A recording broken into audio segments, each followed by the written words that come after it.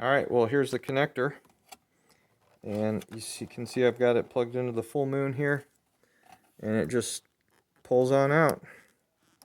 It's a little stiff, but that's good because it provides a nice snug connection. So, in the half moon shape lines up with the numbers. So, 12 with 12, 11 with 11, and so forth.